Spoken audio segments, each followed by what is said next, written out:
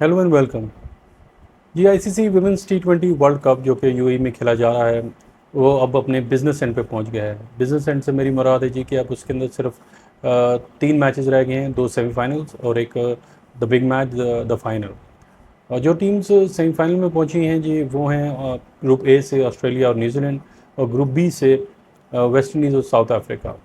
पहला सेमीफाइनल जी कल खेला जाएगा, जो कि ऑस्ट्रेलिया खेलेगी साउथ अफ्रीका को, जो कि दुबई इंटरनेशनल क्रिकेट स्टेडियम में खेला जाएगा। और जो सेकंड सेमीफाइनल है उसके अगले दिन यानी कि 18 तारीख को वो खेला जाएगा जी न्यूजीलैंड वर्सेस वेस्ट इंडीज़, और वो match Sharjah international cricket stadium में होगा जी।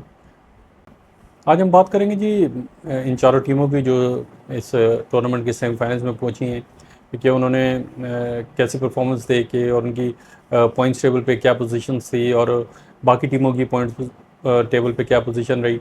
तो ये बात करेंगे। और पाकिस्तान विमेंस टीम की भी जो परफॉर्मेंस इस टूर्नामेंट में रही है उसको भी डिस्कस करेंगे जी। जी, अगर पॉइंट्स टेबल की बात करें, जो फाइनल पॉइंट्स टेबल है जिसके बेसिस पे सेमीफाइनलिस्ट जो हैं वो डिसाइड हुए हैं, तो अगर हम एक नज़र उस पर डालें तो ऑस्ट्रेलिया ने ग्रुप ए टॉप किया है जी। वो 4 मैच खेले और वाहिद इस टूर्नामेंट की टीम है जी जो कि अनबीटन रही है। उन्होंने 4 मैच खेले और चारों जीते हैं। न्यूजीलैंड ने 4 मैच खेले, उन्होंने 3 जीता और 1 हारा और उनके 6 पॉइंट हुए। इंडिया इस ग्रुप में तीसरे नंबर पे थी जी। उन्होंने 4 मैच खेले जिसमें 2 जीते 2 हारे। पाकिस्तान ने 4 मैच खेले, 1 जीता। जो टूर्नामेंट का पहले दिन का मैच था जी अगेंस्ट श्रीलंका, वो पाकिस्तान ने जीता था। और उन्होंने 3 मैचेस हारे। ऑब्वियसली जी उनके 2 पॉइंट्स हुए। और श्रीलंका जो कि 4 मैच खेली और इस ग्रुप में कोई भी मैच नहीं जीत सकी, तो श्रीलंका के 0 पॉइंट्स। और अगर हम ग्रुप बी की तरफ अगर एक नज़र डालें तो वेस्ट इंडीज़ 4 मैच खेला, 3 जीता 1 हारा, उनके 6 पॉइंट। साउथ अफ्रीका आइडेंटिकल जी रिकॉर्ड, 4 खेला 3 जीता 1 हारा। इसी तरह इंग्लैंड भी 4 खेला, 3 जीता 1 हारा। और इन तीनों टीमों के जी 6 6 पॉइंट्स है। और इन टीमों के जो डिसीजन हुए हैं जी, जो 2 टॉप टीम्स थी इस ग्रुप की, वो नेट रन रेट पे हुआ है, और वो भी काफ़ी क्लोज मैच था जी। वेस्ट इंडीज़ ने टॉप किया जी इस ग्रुप को, इनका 1.536 इनका नेट रन रेट था। साउथ अफ्रीका का 1.382 था, और इंग्लैंड का 1.091 नेट रन रेट था जी। तो इस बेसिस पे जी इंग्लैंड की जो टीम है वो रह गई, और वेस्ट इंडीज़ और साउथ अफ्रीका जो सेमीफाइनल्स के लिए उन्होंने क्वालिफाई किया। इस ग्रुप में चौथी टीम जो है जी वो है बांग्लादेश। उन्होंने 4 मैच खेले, 1 जीता और 3 हारे। और स्कॉटलैंड श्रीलंका की तरह जी 4 मैच खेले और उन्होंने कोई भी मैच नहीं जीता। ये अगर हम कल के मैच की बात करें इस ICC women's T20 world cup के मैच की, तो इंग्लैंड और वेस्ट इंडीज़ का जो मैच था इस टूर्नामेंट का आखिरी ग्रुप स्टेजेस का आखिरी मैच था। और आखिर तक इंटरेस्ट बना हुआ था जी कि इस ग्रुप बी से कौन एडवांस करेगा। दोनों टीमें एडवांस कर सकती थी जी। जो जो भी ये मैच जीती वो एडवांस कर जाती on the basis of their net run rate. और वेस्ट इंडीज़ ने ये मैच जी 6 विकेटों से जीता। इंग्लैंड ने पहले खेलते हुए 141 फॉर 7 किया जी। नैट सिबर ब्रंट उनकी टॉप स्कोरर थी, उन्होंने 57 रन बनाए। कैप्टन जो है उनकी हेदर नाइट, उन्होंने 21 स्कोर किया जी। और एफी फ्लेचर ने वेस्ट इंडीज़ की तरफ से 3 खिलाड़ी आउट किए जी, उन्होंने 21 रन दे के। और हेली मैथ्यूज़ जो उनकी कैप्टन हैं, उन्होंने 35 रन दे के जी 2 खिलाड़ी आउट किए। वेस्ट इंडीज़ ने जी ये टारगेट अपना कंप्लीट किया इन 18 ओवर्स। कियाना जोसेफ उनकी टॉप स्कोरर थी, उन्होंने 52 रन बनाए। हेली मैथ्यूज़ ने भी बहुत अच्छी बैटिंग की, उन्होंने 50 रन बनाए। जुएंडर डॉक्टन जो उनकी सीनियर प्लेयर हैं, उन्होंने 27 रन बनाए। और इंग्लैंड की तरफ से जो विकेट टेकर्स थे जी वो थी सारा ग्लेन और सोफी एकल्स्टन। उन दोनों ने जी एक एक खिलाड़ी आउट किया। और इस तरह से वेस्ट इंडीज़ जो सी है वो क्वालिफाई कर गई फॉर द सेमीफाइनल्स। और अब ये हम बात करेंगे पाकिस्तान वुमेंस क्रिकेट टीम की, जो इस टूर्नामेंट में अपने ग्रुप में चौथे पोजीशन पे आई जी। उन्होंने 4 मैच खेले और उन्होंने एक ही मैच को जीत सकी।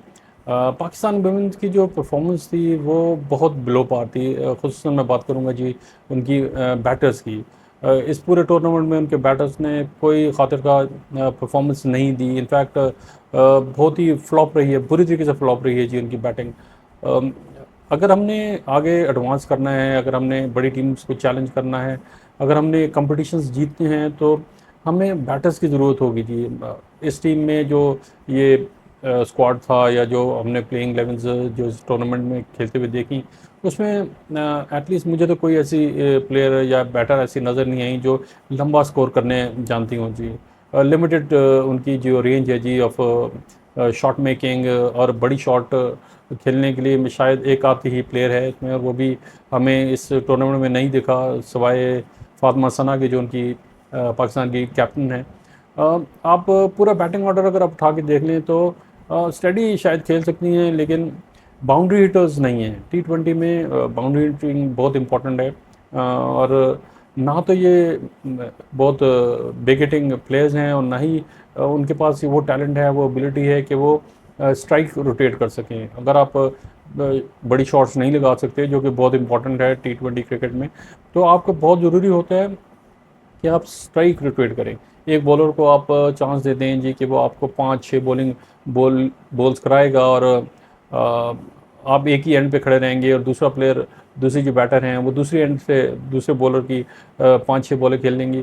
तो इस तरह चलता नहीं है जी। पाकिस्तान को अगर मैचेस जीतने हैं, पाकिस्तान को बड़ी टीम को चैलेंज करना है, कोई नाम बनाना है अपना, तो पाकिस्तान प्लेयर्स को बहुत इम्प्रूवमेंट की ज़रूरत है जी। इनफैक्ट पाकिस्तान टीम को बहुत इम्प्रूवमेंट की ज़रूरत है, और मुझे नहीं लगता, और ना हमने देखा जी कि इस टीम में कम से कम ऐसा कोई प्लेयर है जो बिग हिटिंग एबिलिटी भी रखता हो, मैच को मतलब अपने कंधों पे लेके आगे चलने की भी एबिलिटी रखता हो। तो बहुत सी जो उनसे हमारी प्लेयर्स हैं, जो उनसे हैं, वो स्टडी तो हैं, लेकिन मैच विनिंग एबिलिटीज़ उनके पास नहीं है। हमने देखा जी कि आखिरी मैच में जो न्यूजीलैंड के खिलाफ पाकिस्तान का जो ग्रुप का आखिरी मैच था, जो न्यूजीलैंड के खिलाफ खेला, तो पाकिस्तान के बॉलर्स ने बहुत अच्छी बॉलिंग की। इस पूरे टूर्नामेंट में पाकिस्तान के जो बॉलर्स हैं उन्होंने बहुत अच्छी बॉलिंग की। उन्होंने न्यूजीलैंड को सिर्फ 110 पे रिस्ट्रिक्ट कर लिया था जी इन 20 ओवर में। न्यूजीलैंड जैसी बड़ी टीम को अगर आप 110 पे रिस्ट्रिक्ट कर लेते हैं तो बहुत आपका चांस होता है कि आप वो मैच जीत जाएं, अगर आपकी बैटिंग जो उनसी है वो स्टडी हो।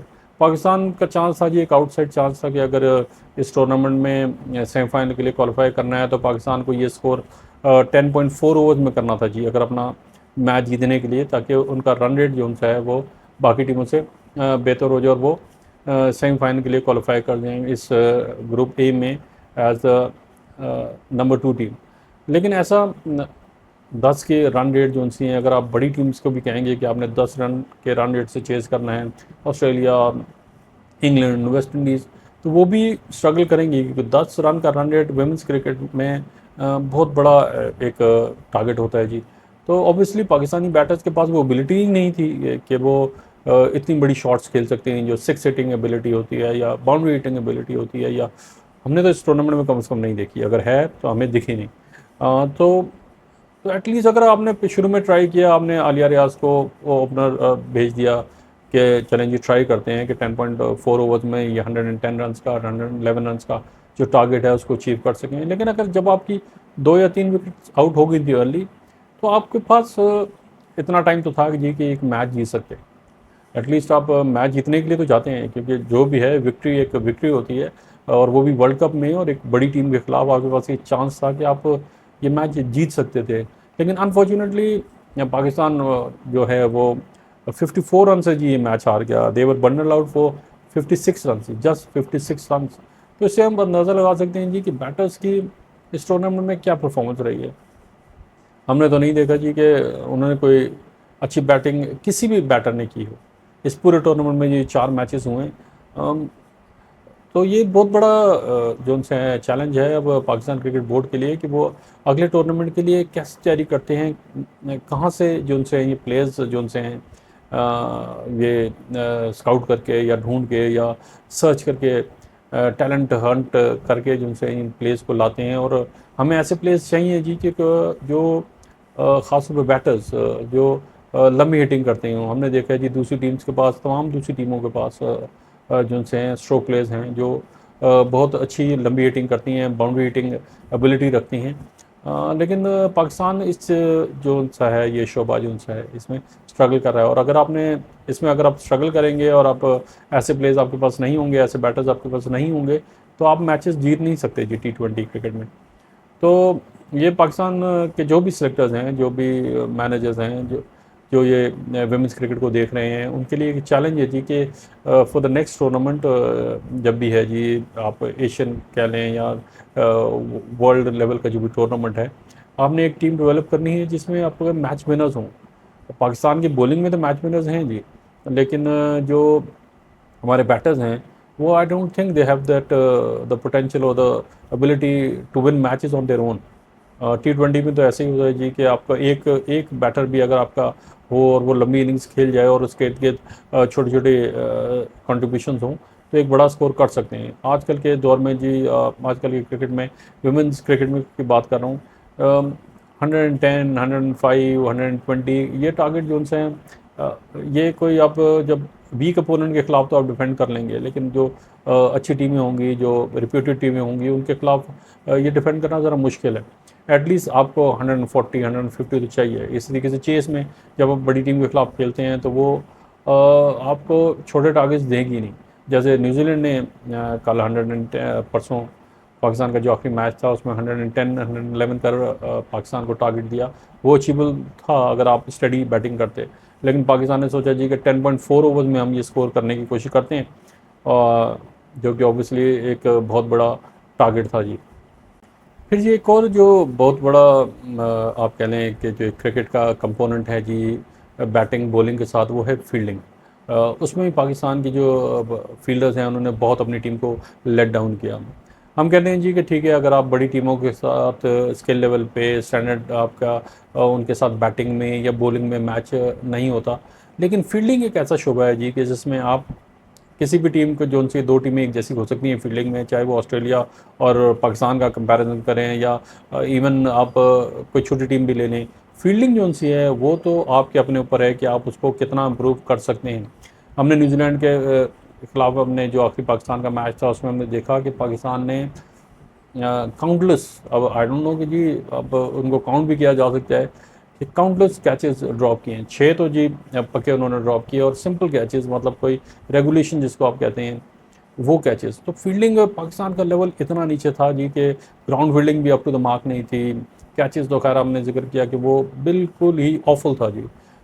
तो ये जो चीज़ है, ये तो आप ये वाला जो स्किल है आपका फील्डिंग, ये तो मतलब आपके पास एबिलिटी होनी चाहिए कि आप किसी बड़ी टीम को मैच कर सकें इस शोबे में।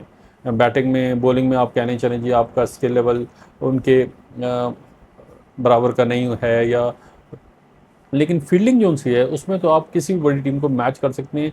और ये मेहनत की बात है जी, ये आपको पूरा टाइम देना पड़ता है फील्डिंग पे। ये सिर्फ क्रिकेट जो सी है, ये बैटिंग और बॉलिंग नहीं, फील्डिंग जो से है वो उतना ही इम्पोर्टेंट एक कंपोनेंट है, उतना ही इम्पोर्टेंट एक स्किल है जो तमाम प्लेयर्स के पास होना चाहिए। पुराने वक्तों की बात अब गई, अब तो जी जो मुकाबला है जी, जो फील्डिंग में भी होता है, वो जितना आप स्कोर रोकेंगे, जितनी अच्छी आप फील्डिंग करेंगे, आप देख रहे हैं मैचेस, कितने ही मैचेस हमने देखे हैं कि एक ब्रिलियंट फील्डिंग एफर्ट पूरी टीम को लिफ्ट कर जाता है जी। पूरा मैच का जो उनसा है वो सिचुएशन ही बदल देता है जी, आपके हाथ में आ जाती है। अगर आपने एक ब्रिलियंट जो फील्डिंग रन आउट है या कैच है, अ, वो पूरे मैच की जो उनसे सिचुएशन, जो उसका जो सूरत हाल होती है उसको बिल्कुल चेंज करके रख देता है।